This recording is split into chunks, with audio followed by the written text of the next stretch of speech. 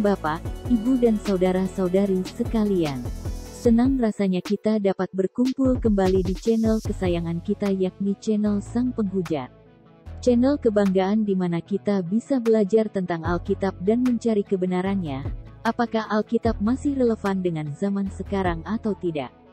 Pada kesempatan kali ini, kita masih meneruskan penelaahan kita di Kitab Keluaran, khususnya pasal ke-31. Sebagaimana yang telah kita temukan pada pasal-pasal sebelumnya, begitu banyak pertanyaan-pertanyaan yang belum kita peroleh jawabnya, dan tentu saja hal ini akan menimbulkan kejenuhan bagi kita yang mencari kebenaran dari Alkitab itu sendiri. Namun terlepas dari segala kebohongan yang nampak dari cerita-cerita tersebut, kami berharap Anda sekalian tetap berkeyakinan bahwa kebenaran pasti akan menunjukkan kemenangan. Ada baiknya sebelum kita memulai tayangan kita ini, Bapak, Ibu dan Saudara-saudari semua, menyiapkan segala keperluan Anda agar nyaman dalam menikmati pembelajaran kita. Kami akan membacakan ayat demi ayatnya bagi Anda semua. Kami mulai dari ayat pertama. Bezalil dan Aholiab ditunjuk. Ayat ke-1. Berfirmanlah Tuhan kepada Musa, lihat, telah kutunjuk Bezalil bin Uri bin Hur, dari suku Yehuda, dan telah kupenuhi dia dengan roh Allah, dengan keahlian dan pengertian dan pengetahuan, dalam segala macam pekerjaan, untuk membuat berbagai rancangan supaya dikerjakan dari emas, perak dan tembaga, untuk mengasah batu permata supaya ditata, untuk mengukir kayu dan untuk bekerja dalam segala macam pekerjaan. Juga aku telah menetapkan di sampingnya Aholiab bin Ahisamak, dari suku Dan, dalam hati setiap orang ahli telah kuberikan keahlian. Haruslah mereka membuat segala apa yang telah kuperintahkan kepadamu, kemah pertemuan, tabut untuk hukum, tutup pendamaian yang terletak di atasnya, dan segala perabotan kemah itu, yakni meja dengan perkakasnya, kandil dari emas murni dengan segala perkakasnya, mezbah pembakaran ukupan, mezbah korban bakaran dengan segala perkakasnya, bejana pembasuhan dengan alasnya, pakaian jabatan, baik pakaian kudus kepunyaan Imam Harun, maupun pakaian anak-anaknya, untuk memegang jabatan imam, minyak urapan dan ukupan dari wangi-wangian untuk tempat kudus, tepat seperti yang telah kuperintahkan kepadamu, haruslah mereka membuat semuanya. Di episode ke-75 ini, kita masih melanjutkan pembahasan kita mengenai Alkitab dan telah sampai di Kitab Keluaran pasal ke-31. Keseluruhan ayat di pasal ke-31 ini terdiri dari 18 ayat. Tidak terlalu panjang. Dan semoga pembahasannya pun tidak terlalu panjang, sehingga waktunya tidak terlalu lama. Di ayat ke-1 hingga ayat ke-11 ini, oleh LAI diberi subjudul Bezalel dan Aholiab ditunjuk. Di sini diceritakan bahwa Tuhan berfirman kepada Musa bahwa dia telah menunjuk yang namanya Bezalel untuk melakukan apa saja yang diperintahkan oleh Tuhan kepada Musa ketika berada di Gunung Sinai, yakni membuat segala macam pekerjaan untuk rumah Tuhan beserta peralatannya. Bezalel ini adalah anak dari Uri, sedangkan Uri adalah anak dari Hur. Kita tahu Hur ini adalah yang menyangga tangan Musa ketika terjadi serangan dari orang-orang Amalek terhadap bangsa Israel ini. Hur beserta Harun dan Musa naik ke puncak gunung, dan di sana Hur menopang tangan Musa ketika Musa kelelahan. Kita tidak tahu pasti berapa usia Bezalel ini. Jika kita membandingkan antara Hur dengan Musa, usianya kurang lebih sama, yakni 80 tahun. Sementara anak Hur yang bernama Uri terpaut 30 tahun di bawah Hur, berarti Uri sekitar 50 tahun. Begitu juga dengan Bezalel, jika terpaut 30 tahun, maka usia Bezalel ini masih muda, yakni berusia kira-kira 20 tahun. Masih muda, dan Tuhan pun memberikan dia dengan kepenuhan roh Allah. Ini yang dikatakan oleh Alkitab kita ini. Diperlengkapi dengan segala macam keahlian, pengertian, pengetahuan tentang segala macam pekerjaan, sehingga apa yang dimaui oleh Tuhan Allahnya Israel yang biasa disebut Yahweh ini dapat terlaksana. Bezaleel ini mempunyai kepandaian merancang segala pekerjaan dari emas, perak, tembaga, bahkan mengasah batu permata pun mampu, mengukir kayu bisa, dan juga membuat segala macam perkakas dapat dilakukan oleh Bezaleel. Ini oleh karena roh Tuhan, konon demikian, turun kepada Bezaleel ini. Jadi mendadak yang namanya Bezaleel ini yang tadinya mungkin ya kalau bahasa Jawanya plonga-plongo, sekarang menjadi begitu superior, menjadi jagoan di dalam melakukan segala pekerjaan. Ya, ini satu mukjizat, satu keajaiban. Seorang manusia bisa langsung kepenuhan kemampuan, keahlian melakukan apapun. Tergantung apakah Anda bisa mempercayai hal ini atau tidak, silahkan dari persepsi Anda masing-masing. Di ayat ke-6 juga diceritakan bahwa Tuhan menetapkan yang namanya Aholiab bin Ahisamak, ini dari suku Dan. Ini juga mempunyai keahlian.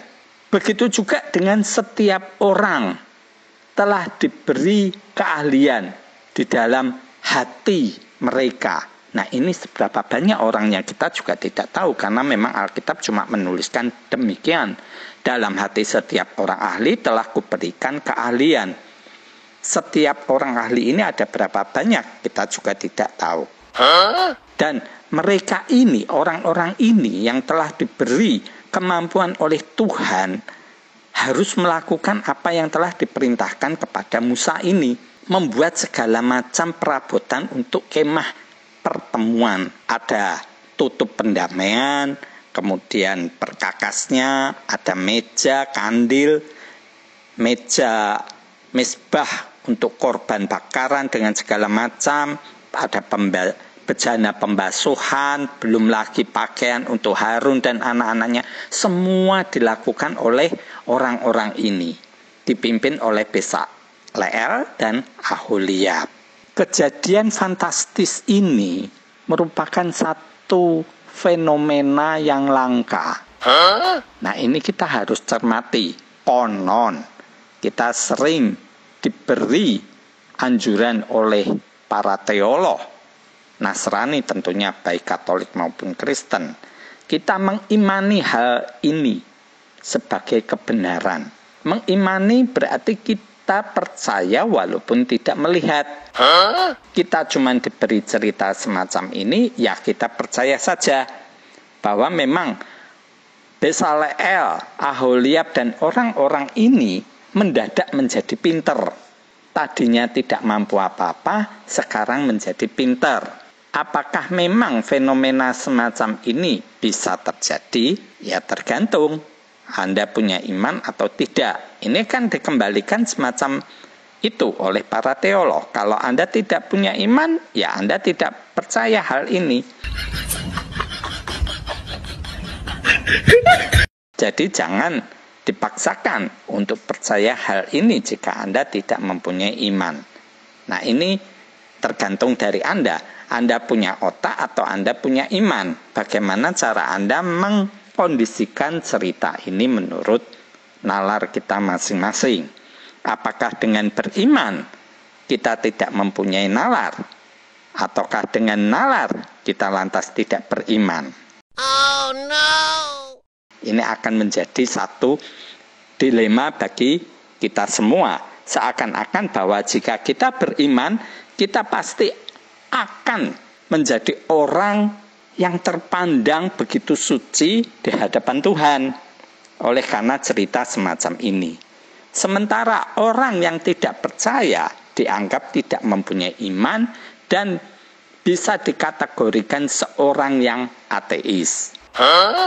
Ya, ini kembali kepada pengalaman kita masing-masing di dalam menjalani kehidupan ini. Tetapi sebagai host di channel Sang Penghujat ini, ada satu hal yang ingin saya sampaikan kepada Anda semua, Bapak Ibu, saudara-saudari sekalian, bahwa kejadian semacam ini, bahwa seseorang mendapatkan kemampuan di dalam melakukan sesuatu hal yang tadinya dia tidak mampu, mendadak dia mampu. Itu bukan sesuatu yang aneh menurut saya. Ada seseorang yang tadinya tidak mempunyai kemampuan, katakan saja contohnya orang ini tidak mampu untuk berempati atau mungkin berbicara di hadapan banyak orang. Mendadak pada satu hari dia mampu berbicara di hadapan banyak orang. Nah, ini merupakan satu hal yang mungkin mengherankan. Mendadak orang itu menjadi mampu berbicara begitu fasih dan tidak ada kegugupan pada orang itu. Padahal tadinya orang itu tidak berani, bahkan tidak mampu. Ada rasa takut, rasa sungkan, dan rasa-rasa lainnya. Tetapi mendadak suatu hari orang itu mampu berkata-kata di hadapan orang banyak. Ini adalah satu kemampuan, sebenarnya adalah kekuatan di dalam orang itu yang terpendam di alam bawah sadar dia. Bahwa sesungguhnya orang ini memang mempunyai kemampuan tersebut. Tetapi oleh karena sesuatu hal, kemampuan tersebut hanya terpendam di alam bawah sadarnya.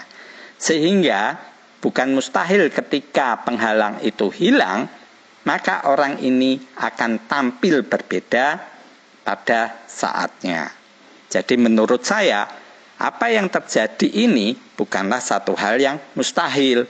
Hanya saja ini akan menjadi sesuatu yang lebay atau hiperbola berlebih-lebihan. Karena yang namanya Bezaleel yang tadinya tidak mampu melakukan apa-apa, mendadak mampu melakukan segala-galanya. Bayangkan jika Bezaleel ini mampu membuat ukiran, mampu membuat tatahan, mampu menjahit, membuat kemah pertemuan, mampu melakukan segala-galanya, melebur emas, perak, dan sebagainya. Ini sesuatu yang memang mustahil menurut saya. Karena kemampuan ini terlalu banyak, terlalu berlebihan untuk satu orang saja. Mari kita lanjutkan di ayat berikutnya, di ayat ke-12. Peringatan untuk menguduskan hari Sabat. Ayat ke-12. Berfirmanlah Tuhan kepada Musa, katakanlah kepada orang Israel, demikian, akan tetapi hari-hari Sabatku harus kamu pelihara, sebab itulah peringatan antara aku dan kamu, turun-temurun, sehingga kamu mengetahui, bahwa akulah Tuhan, yang menguduskan kamu. Haruslah kamu pelihara hari Sabat, sebab itulah hari kudus bagimu. Siapa yang melanggar kekudusan hari Sabat itu, pastilah ia dihukum mati, sebab setiap orang yang melakukan pekerjaan pada hari itu, orang itu harus dilenyapkan dari antara bangsanya. 6 hari lamanya boleh dilakukan pekerjaan, tetapi pada hari yang ke-7 haruslah ada Sabat, hari perhentian penuh, hari kudus bagi Tuhan. Setiap orang yang melakukan pekerjaan pada hari Sabat, pastilah ia dihukum mati. Maka haruslah orang Israel memelihara hari Sabat, dengan merayakan Sabat, turun-temurun, menjadi perjanjian kekal antara aku dan orang Israel. Maka inilah suatu peringatan untuk selama-lamanya, sebab 6 hari lamanya Tuhan menjadikan langit dan bumi, dan pada hari yang ke-7 ia berhenti bekerja untuk beristirahat. Di ayat ke-12 hingga ayat 17 ini, oleh LAI diberi subjudul peringatan untuk menguduskan hari Sabat. Ini adalah pengulangan perintah dari Tuhan kepada Musa yang harus disampaikan kepada bangsa Israel, bahwa bangsa Israel harus menghormati hari Sabat, menguduskan hari Sabat, dan di hari Sabat bangsa Israel tidak diperkenankan untuk melakukan pekerjaan apapun. Oh no! Apabila mereka melakukan pekerjaan pada hari Sabat, pasti dihukum mati. Ini adalah satu perjanjian kekal, turun-temurun yang harus dipelihara oleh bangsa Israel. Inilah yang nantinya pada waktu kita masuk ke dalam perjanjian baru, di situ kita akan melihat fenomena yang berbeda. Tentunya Anda sudah tahu fenomena apakah itu, bahwa hari Sabat ini seakan-akan dibatalkan oleh Tuhan Yesus. Jadi seakan-akan Tuhan Yesus melanggar hukum hari Sabat ini. Yaitu nanti kita bisa melihat pada waktu kita telah sampai di Perjanjian Baru. Tetapi di sini dari ayat 12 hingga 17 ini kita menerima perintah yang jelas, tegas, gamblang apa adanya bahwa Tuhan Allahnya Israel yang disebut Yahweh ini memerintahkan untuk tidak bekerja pada hari Sabat. Mereka telah bekerja selama 6 hari, maka pada hari ke-7 orang Israel tidak boleh bekerja. Mereka harus memelihara hari Sabat karena Tuhan Allahnya pun menciptakan alam semesta ini 6 hari dan ia istirahat pada hari ke-7. Kita tidak tahu pada hari ke-8 apakah Tuhan Allahnya Israel ini bekerja lagi atau tidak. Kita juga tidak tahu. Apakah harus bekerjanya begitu terus menerus? Kita juga tidak tahu. Apakah setelah bekerja 6 hari pada hari ke-7 Tuhan Allahnya Israel ini beristirahat? Lantas pada hari ke-8 dia ngapain? Nah, ini menjadi bercandaan.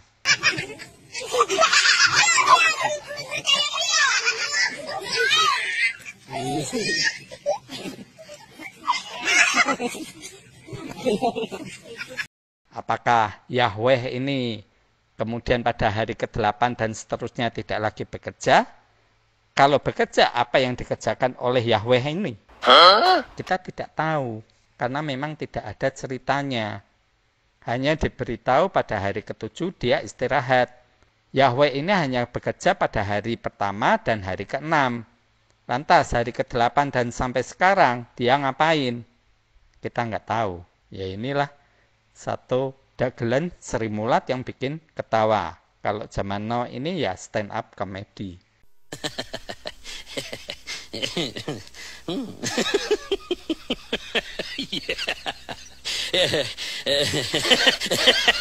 Mari kita lanjutkan di ayat berikutnya, di ayat ke-18. Musa menerima kedua loh hukum. Ayat ke-18. Dan Tuhan memberikan kepada Musa, setelah ia selesai berbicara dengan dia di Gunung Sinai, kedua loh hukum Allah, loh batu, yang ditulisi oleh jari Allah. Di ayat ke-18 atau ayat terakhir ini oleh LAI diberi subjudul Musa menerima kedua loh hukum. Disebutkan di sini bahwa ketika Tuhan telah selesai berbicara dengan Musa, maka Tuhan memberikan kedua loh hukum Allah, yakni hukum dasatitah yang ditulis oleh jari Allah sendiri. Ini sungguh sesuatu yang luar biasa, bahwa Tuhan menulis dengan jarinya. Jika Anda, Bapak, Ibu, Saudara sekalian suka dengan cerita-cerita fantasi atau juga cerita silat zaman dahulu, pada zaman saya sering membaca cerita-cerita silat. Ada orang pendekar dengan kemampuan ilmu tingkat tinggi sehingga jarinya begitu kuat dapat menulis pada batu. Ya, ini satu ilmu silat yang kemudian harus dipelajari dengan menggunakan tenaga dalam. Ya, ini satu cerita. Hanya cerita silat semata. Tetapi di sini kita melihat bahwa Tuhan pun menulis pada batu. Ini berarti tenaga dalamnya juga tinggi. Bagaimana bentuk tulisan Tuhan? Sampai sekarang kita tidak tahu. Karena kedua loh batu ini benar ada atau tidak, kita juga tidak tahu. Konon katanya demikian. Tetapi jika Anda pergi ke Israel untuk melihat loh batu ini, katanya tidak diperkenankan untuk dilihat. Berarti sampai kapanpun kita juga tidak akan tahu kebenaran dari cerita ini. Please, objektif. Ya, inilah satu hal yang memang bolak-balik kita hanya menjadi satu permainan pemikiran. Karena memang nalar dengan iman adalah dua hal yang berbeda. iman, kita tidak melihat pun kita diharuskan percaya. Maka itulah iman. Jika Anda tidak melihat dan tidak percaya, maka Anda dianggap tidak beriman. Apakah iman itu begitu hebatnya sehingga mampu menyelesaikan semua permasalahan kehidupan? Kembali lagi pada diri kita masing-masing. Demikianlah Bapak Ibu, saudara sekalian, ke-18 ayat dari Kitab Keluaran pasal 31 telah kita bahas, kita teliti, kita telaah, dan kita melihat bahwa di sini diceritakan Tuhan Allahnya Israel atau Yahweh ini telah menunjuk Bezaleel, Aholiab, dan orang-orang tertentu dengan berkat roh dari Allah sendiri untuk melakukan pekerjaan-pekerjaan tersebut. Ini juga menjadi lebih mudah, lebih ringan bagi Musa, seorang kakek-kakek yang sudah berusia 80 tahun lebih. Ketika mendapatkan perintah ini, menurut saya pribadi jelas sesuatu yang sangat rumit. Tetapi oleh karena Yahweh sendiri turun tangan memberikan pengertian, memberikan mukjizat, sehingga jabaran pekerjaan itu tidak terlalu sulit bagi orang Israel, karena memang yang mengerjakan adalah anak-anak muda dengan ingatan yang tentunya lebih baik dibandingkan oleh kakek tua yang bernama Musa. Demikian apa yang telah bisa saya jabarkan kepada Anda semua, Bapak Ibu, saudara-saudari sekalian. Terima kasih untuk segenap perhatian yang telah Anda berikan di channel Sang Penghujat ini, dan besar harapan saya bahwa kita dapat bertemu kembali di episode-episode mendatang. Saya juga berterima kasih jika Anda berkenan untuk membagikan channel ini kepada saudara-saudara Anda, kerabat Anda, teman-teman Anda, siapapun juga yang ingin belajar mengenai Alkitab, mencari kebenaran yang tertulis pada Alkitab kita ini, sehingga kita nantinya bisa melakukan diskusi di kolom komentar. Silahkan Anda berikan ulasan-ulasan, komentar apapun pada channel ini, sehingga kita nantinya bisa bertambah mengerti dan juga kita bisa saling memberikan pencerahan satu dengan yang lainnya. Sekian dulu, dan kita bertemu kembali di episode mendatang. Shalom.